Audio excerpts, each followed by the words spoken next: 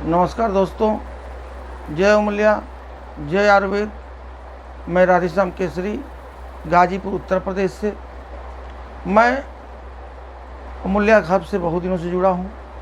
बहुत सी दवाओं का हमने इस्तेमाल भी किया है, बहुत दवाएं अपने लिए भी हमने इस्तेमाल की हैं, लेकिन एक सच्ची घटना बता रहा हूँ जो दिल को छू गई है। मैंने पिछले साल 2020 के अंतर्गत जब लॉकडाउन शुरू हुआ था तो उस समय वायरोबिन आ चुका था और हम लोग जो है घरों में कैद थे। तो हमारे एमडी सर का फरमान आया था कि अगर आप कोविड से बचना चाहते हैं और आपको प्रिवेंशन के रूप में, तो आपको वायरोबिन की 2-3 डिब्बी लेकर खा लेना चाहिए। तो मेरे एक बड़े पिताजी हैं और मैंने करीब 1 महीने तक हम लोगों ने वायरोबिन लिया। खुदा न खास्ते कुछ दिक्कत नहीं हुई, दोनों लोग सही सलामत रहे। इस साल कुछ कोविड दूसरे तरह का था और इसी समय हम लोगों को 7 अप्रैल 2021 को दिल्ली जाना हुआ। दिल्ली जाने के लिए मेरे घर के लोग मना भी कर रहे थे, लेकिन हमारे अल्ताफ सर, हमारे साथ कई लोग थे, डॉक्टर ओंकारनाथ सिंह, जो सारे लोग जाने को तैयार थे, क्योंकि एक बहुत अच्छा प्रोग्राम होने वाला था राजकाले का, जो मोटिवेशनल स्पीकर थे और उसके लिए स्पेशल कुछ लोगों को ही चुना गया था, इसमें मैं भी था। तो मेरे जाने के एक दिन पहले मेरी घर में राय हुई कि आप जो है कोविड का इंजेक्शन लगा लीजिए। तो मैं कोविड शील्ड का इंजेक्शन जो है पीएचसी जमानिया में 6 तारीख को लगा लिया। कहा कि एक प्रमाण पत्र भी हो जाएगा, अगर दिल्ली में कहीं जांच पड़ताल हुई तो मैं ये कहूँगा कि मैं लगा लिया हूँ। इसके बाद मैं दिल्ली गया। दिल्ली कार्यक्रम में हम लोग शरीक हुए, खाना पीना भी चला।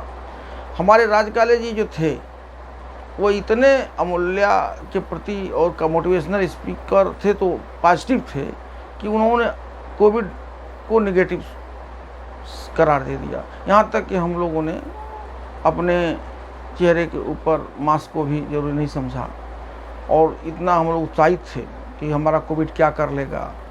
और हम लोग दिल्ली स्टेशन पर आए, फिर अपने चेहरे पर मास्क लगाए, जैसे तैसे यात्रा पूरी हुई और लौट कर घर जब हम लोग 11 तारीख को पहुँचे तो 11 तारीख को हमें हल्का हल्का फीवर महसूस हुआ, भूख कम हो गई, प्यास खूब लगने लगी और सफोकेशन जैसा महसूस हुआ, छाती में से जकड़न महसूस हुआ। तो 4-5 दिन के अंदर हमें जो है बुखार महसूस हुआ। वो हमने दवा खाई, ठीक हो गया, बात आ गई, ख़त्म हो गई। लेकिन 10 दिन बाद फिर हमें हमारे मोहल्ले में करीब 4 कैजुअल्टियाँ हो गई, 4 लोग कोविड से मर गए। उसमें एक महिला थी, 2 अधेड़ लोग थे और एक नौजवान लड़का था। कुछ तो दहशत थी, कुछ उनके घर जाना आना, उनके टच में रहना, क्योंकि मैं पेशे से चिकित्सक हूँ तो जाना ही पड़ा था और गया तो माहौल की वजह से। लेकिन मैं आता था तो अपने को सैनिटाइज करता था, अपने कपड़े निकाल देता था, गर्म पानी से फिर नहाता था। लेकिन 4 लोग बचे नहीं, 4 लोगों को रेफ़र किया गया था गाजीपुर, हम लोग निकटतम हॉस्पिटल है, और 4 लोग मर गए। उसका भी भय था। अचानक मुझे भी एक दिन सफोकेशन होने शुरू हुआ और मैं लगा कि मेरे अंदर जो है घबराहट और बेचैनी आ गई। तो मैंने अपने सर जी को बोला, अल्ताफ सर को, कि सर ऐसा हुआ है मेरे साथ, मैं क्या करूं। तो सारे लोग चिंतित हो गए, घर के परिवार के लोग, कि हो सकता है गए हैं तो हो सकता है ये कारण हो सकता है।